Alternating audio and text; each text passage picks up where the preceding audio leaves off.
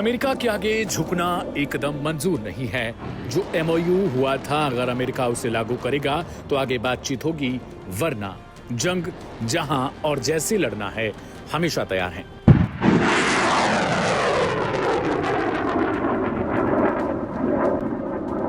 जी हां, दरअसल पाकिस्तान के सेना प्रमुख फील्ड मार्शल असीम मुनीर अमेरिकी राष्ट्रपति डोनाल्ड ट्रंप का खास और गोपनीय संदेशवाहक बनकर मीडिएटर के तौर पर तेहरान पहुंचे थे, लेकिन ईरान ने उन्हें टका सा जवाब देकर खाली हाथ वापस लौटा दिया। 2 दिनों के आधिकारिक दौरे पर गए असीम मुनीर को ईरान में सिर्फ 1 दिन बिताने के बाद ही अपनी यात्रा बीच में छोड़कर इस्लामाबाद भागना पड़ा है। ईरान के सख्त रुख के आगे पाकिस्तान की मध्यस्थता की सारी कोशिशें पूरी तरीके से नाकाम साबित होती दिख रही हैं।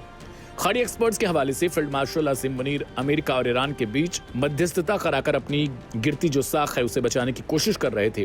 तेहरान पहुंचकर उन्होंने ईरान के सर्वोच्च नेता अयातुल्लाह मुस्तफा खामेनेई से उच्च स्तरीय मुलाकात की गुहार लगाई, लेकिन ईरान के सर्वोच्च नेतृत्व ने असीम मुनीर को मिलने से साफ तौर पर इनकार कर दिया।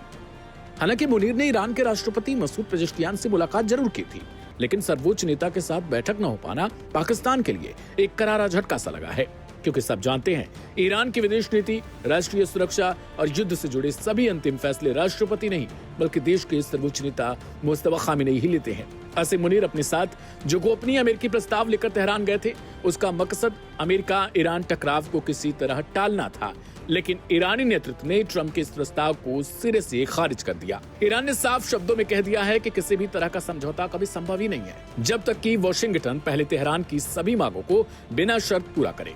इसके अलावा दुनिया के सबसे अहम तेल सप्लाई रूट हॉर्मुज़ स्ट्रेट की नाकेबंदी को लेकर भी ईरान ने असीम मुनीर को खरी सुनाई है। तेहरान ने साफ किया है, हॉर्मुज़ का खुलना या बंद रहना अमेरिका के भावी कदमों पर निर्भर करता है और ईरान अपनी शर्तों से 1 इंच भी पीछे नहीं हटेगा। पाकिस्तान की इस नाकाम कूटनीति की पोल ईरान के सरकारी मीडिया ने भी खोलकर रख दी है। ईरान के प्रमुख समाचार पत्र तेहरान टाइम्स ने अपने फ्रंट पेज पर असीम मुनीर और राष्ट्रपति मसूद पेजेश्कियान की तस्वीर छापते हुए एक लेख लिखा। अखबार की हेडलाइन थी, गैम्बलर का दांव ईरान के सामने आया, माने गैम्बलर ट्रंप को बताया गया। तेहरान टाइम्स ने अपनी रिपोर्ट में लिखा कि अमेरिकी राष्ट्रपति डोनाल्ड ट्रंप एक तरफ ईरान के खिलाफ चौतरफा आर्थिक युद्ध चल रहे हैं, तो दूसरी तरफ पाकिस्तान के आर्मी चीफ मुनीर को इस जंग से इज्जत बचाकर बाहर निकलने का रास्ता खोजने के लिए तेहरान भेज रहे हैं। ईरान के इस सार्वजनिक अपमान के बाद वाशिंगटन से लेकर इस्लामाबाद तक हड़कंप देखा गया। असीम मुनीर के इस खाली हाथ लौटने से अब ये तो साफ हो गया कि ईरान किसी भी दबाव के आगे झुकने को तैयार नहीं और पाकिस्तान का शांतिदूत बनने का सपना बुरी तरह चकनाचूर होते दिख रहा है। एक्सपर्ट्स कहते हैं ईरान कभी भी पाकिस्तान के किसी भी नेता या सैन्य अफसर को मुस्तफा खामेनेई से मिलाएगा भी नहीं, क्योंकि पहले भी वो अपने एक रहबर को खो चुका है।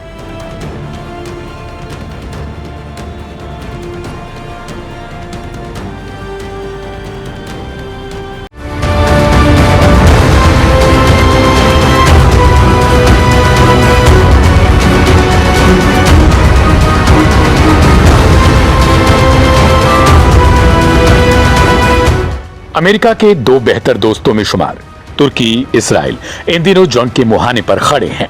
पहले जुबानी जंग थी, लेकिन अब सीरिया में इसराइली हमले के बाद जमीन पर जंग की स्थिति बन चुकी है। लेकिन सवाल है, क्या इसराइल इतना पावरफुल है कि वो तुर्की से जंग में भारी पड़े? वो इसराइल जो खाड़ी देशों में हर वक्त किसी न किसी जंग के मुहाने पर रहता है या फिर जंग में रहता है, अब वो धीरे धीरे बाहर भी पैर पसारने लगा। तुर्की की ओर से कहा गया कि वो ईरान नहीं है और नेतन्याहू भूल ना करें, तो नेतन्याहू की तरफ से जवाब दिया गया कि इसराइल जिसे सुरक्षा खतरा मानेगा उसे कतई नहीं छोड़ेगा। पर सवाल है, दोनों देशों के पास पावर कितना है? हाल के दिनों में अर्दवान और नेतन्याहू ने एक दूसरे पर जमकर तीखे हमले किए थे। अर्दवान जहां खुलेआम इसराइल को क्षेत्रीय सुरक्षा के लिए खतरा बताते रहे हैं, वहीं नेतन्याहू का कहना है कि अर्दवान का शासन पूरे मिडिल ईस्ट को अस्थिर कर रहा है। लेकिन अगर आज के दौर में दोनों देशों की वास्तविक सैन्य ताकत की तुलना करेंगे तो जमीन और समंदर के मोर्चे पर तुर्की इसराइल से बहुत आगे दिखता है। ग्लोबल फायर पावर इंडेक्स के मुताबिक तुर्की दुनिया की 9वीं सबसे बड़ी सैन्य शक्ति है, जबकि इसराइल 15वें नंबर पर आता है। तुर्की के पास 3.5 लाख से ज्यादा एक्टिव सैनिक हैं, 2200 से ज्यादा टैंक और समंदर में 180 से ज्यादा युद्धपोत हैं, जो इसराइल के मुकाबले 2 गुने या फिर 3 गुने हैं।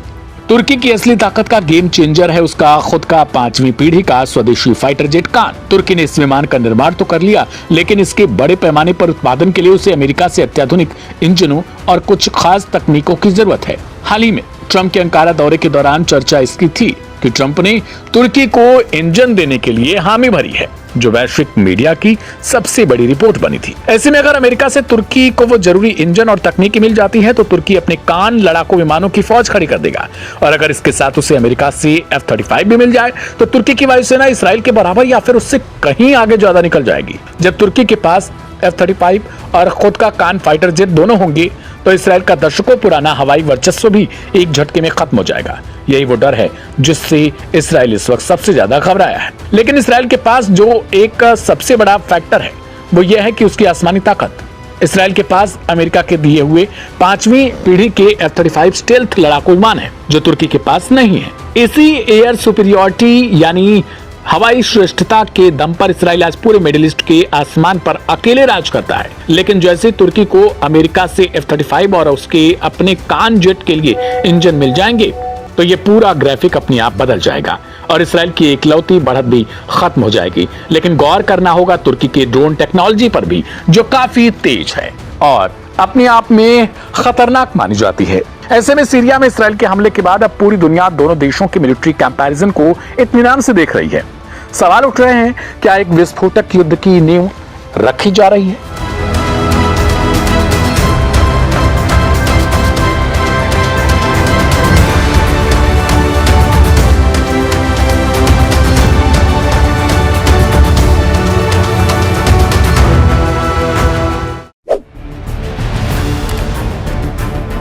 तुर्की इसराइल में जंग जैसी स्थिति की कयासबाजी शुरू हो गई है।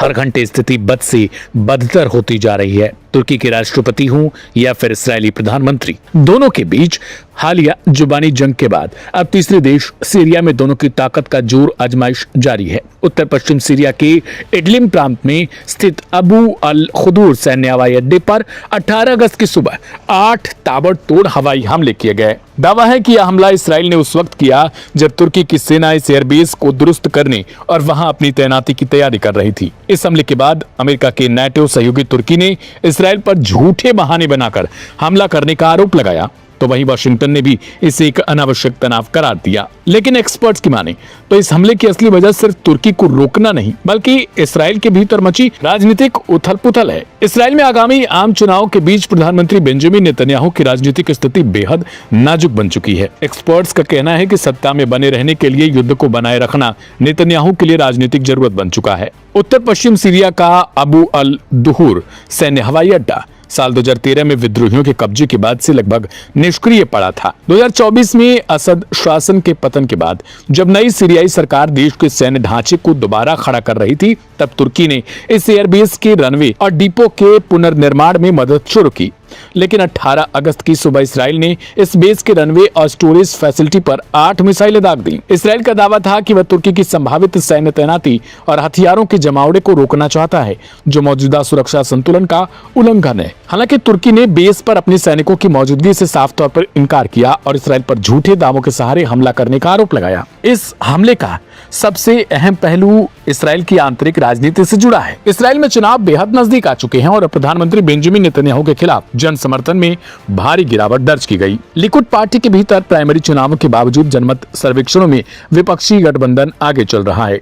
अंतर्राष्ट्रीय और इसराइली विशेषज्ञों की माने तो घरेलू मोर्चे पर घिरे नेतन्याहू के लिए सत्ता में टिके रहने का सबसे आसान रास्ता सुरक्षा संकट को बनाए रखना है। एक्सपर्ट्स का कहना है कि जब तक देश युद्ध या फिर गंभीर सुरक्षा खतरे की स्थिति में रहता है, तब तक राजनीतिक बदलाव कठिन होता है। यही वजह है कि चुनाव से ठीक पहले सीरिया में तुर्की जैसी शक्तिशाली पड़ोसी देश से सीधे टकराव का जोखिम उठाकर नेतन्याहू ने एक बड़ा राजनीतिक जुआ खेला। हालांकि नेतन्याहू का यह दाव उनके लिए और इसराइल के कूटनीतिक संबंधों के भारी पड़ता दिख रहा है। तुर्की के विदेश मंत्रालय ने कड़े शब्दों में बयान जारी करते हुए कहा, हम इसराइल द्वारा किए गए हवाई हमलों की कड़े शब्दों में निंदा करते हैं और अंतर्राष्ट्रीय समुदाय से इसराइली आक्रामकता को रोकने की अपील करते हैं। दूसरी ओर इसराइल के सबसे बड़े सहयोगी अमेरिका ने भी इस सैन्य कार्रवाई से दूरी बना ली।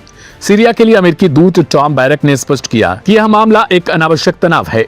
जो क्षेत्र की स्थिरता के खिलाफ है। अमेरिका का यह कड़ा रुख दर्शाता है कि वाशिंगटन अब चुनाव से पहले नेतन्याहू के सैन्य अभियानों का अंधा समर्थन करने के मूड में नहीं। सीरिया में हुआ यह हमला साफ इशारा भी करता है कि इसराइल की चुनावी राजनीति अब पूरे मिडिल ईस्ट के क्षेत्रीय संतुलन को खतरे में डाल रही है। अपने राजनीतिक अस्तित्व को बचाने के लिए नेतन्याहू ने सीरिया को एक नया युद्ध क्षेत्र बना दिया, लेकिन वाशिंगटन और अंकारा की बढ़ते दबाव से ऐसा लगता है कि चुनाव से ठीक पहले खेला गया यह दांव खुद नेतन्याहू के लिए उल्टा पड़ सकता है।